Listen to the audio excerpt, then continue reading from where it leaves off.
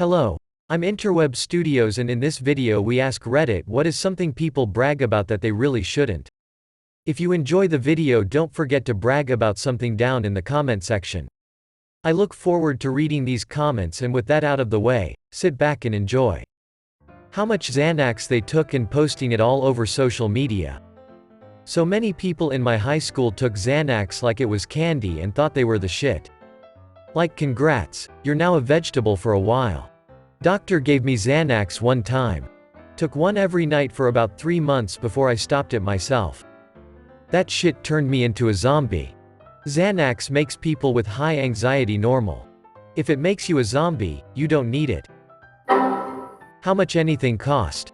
Former brother-in-law bragged about how much his clothes cost all the time. I couldn't help myself. We were at a reunion and he was bragging to someone else about his nice leather coat that cost $600, and I just had to point out that he could have put that towards his truck payment and it wouldn't have been repossessed. Ducking owned, or rather not. Man, if I'm gonna brag about cost, it's going to be because I paid way less than I should have. Case in point, paid $57 for 4 pairs of pants, should have been $190. Brag. This is me. I love your dress. Thanks. Can you believe it was only $3? Edit. I thrift a lot and like 95% of my closet secondhand. I'd also like to add I can't afford to buy from cruelty-free sources. They are super expensive, rightfully so, and I am broke. I'd love to be able to drop $100 on a pair of pants, but I've got bills and kids to feed. Also, just because something's expensive doesn't automatically make it cruelty-free. How little they sleep. I have chronic insomnia and other sleeping issues. Every time I vent about it, someone will brag that they slept less than me last night. God, I remember this well in college. Was venting to another raw that I could only manage 5 or 6 tossing and turning hours, and they laughed because they were regularly getting 3 because of their major. Almost 10 years later and I still can't forget the, oh, it's not that bad.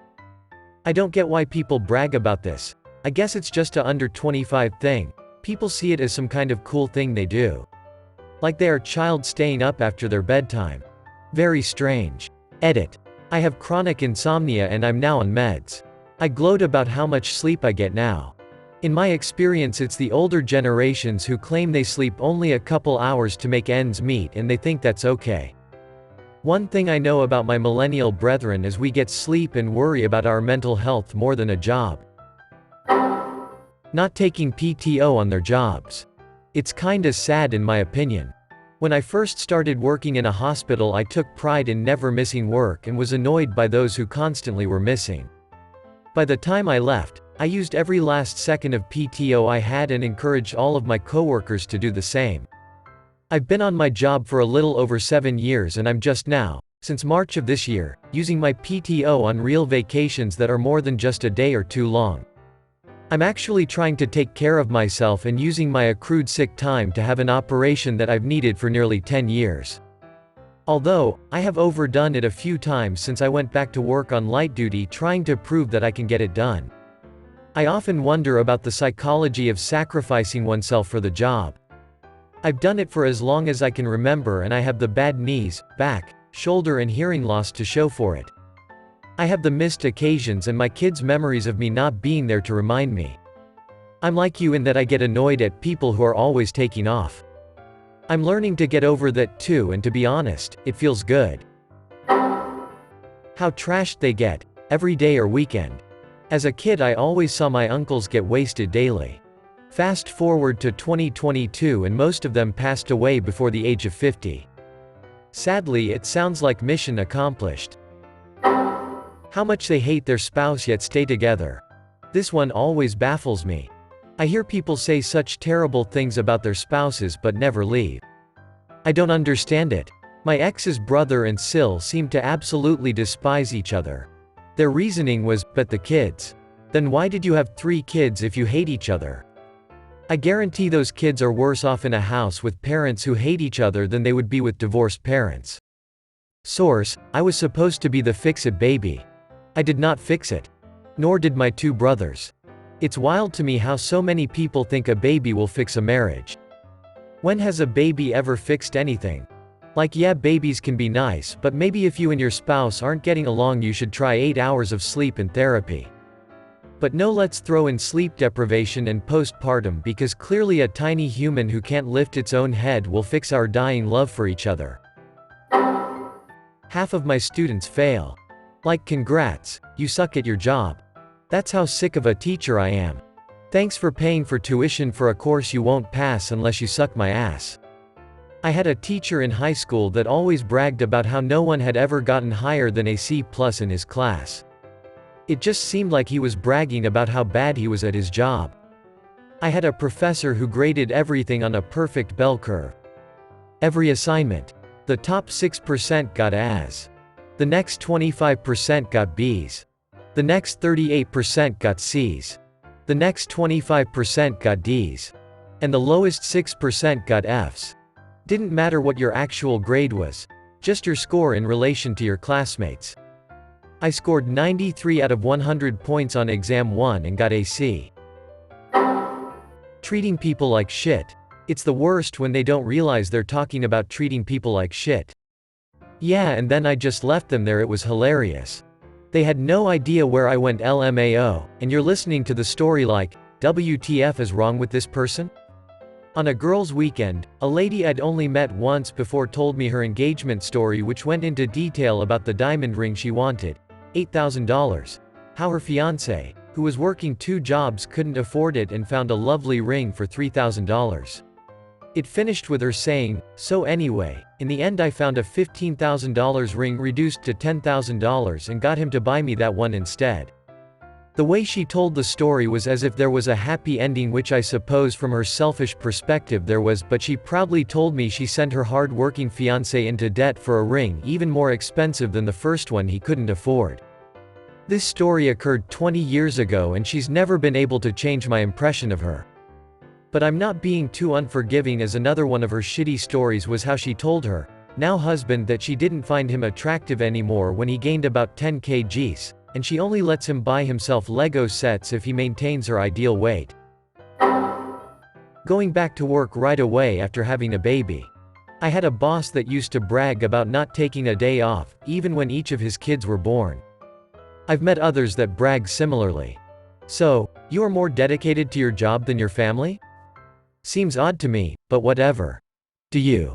I recently had a conversation with a coworker about how happy my wife and I are that I'm gonna get 3 months of paid time off for baby leave when my wife gives birth.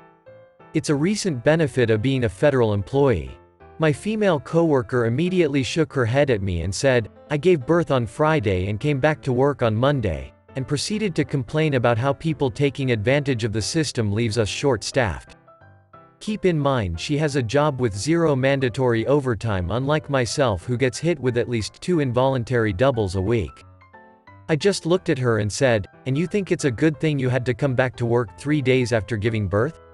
She just shook her head and didn't answer. Going to work no matter how ill they are. I'm more mad at a system that doesn't provide paid time off when sick. A lot of people can't afford to have a day off because they are ill. Is it right to work when you are sick? Duck no. But if you had to choose risking getting others sick or being behind bills, then I get it.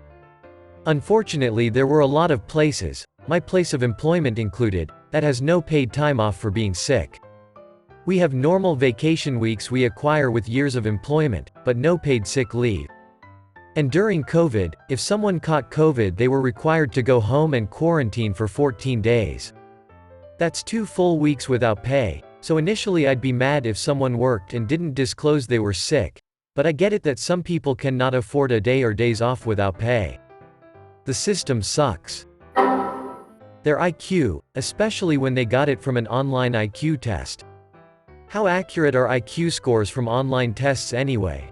I got mine from a non-online source and it confirms my IQ is positive. My COVID test, in the other hand, is 47. Not sure what that means. Sir, I believe that means you're pregnant. Cheating on their significant other. I have a coworker that from one sentence will go from telling you how lucky he has to have a wife and kids to then flirting with this other coworker, then making out with her in the back, all within the space of 5 minutes. His own biggest weakness as described by himself is that he only has a capability to care about himself and not others and doesn't know why. He obviously has ASPD, but I haven't told him like, why do you need to know that if I can't help? There are many other signs. Inherited wealth.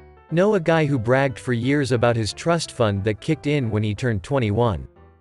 Trust fund came with a very simple set of rules to keep getting your $80,000 a year check. Had to graduate college, had to be able to pass a drug test, and had to show that you'd volunteered at a local charity. There were specifics there. I knew his sister when she was 21 and the trust fund changed her life.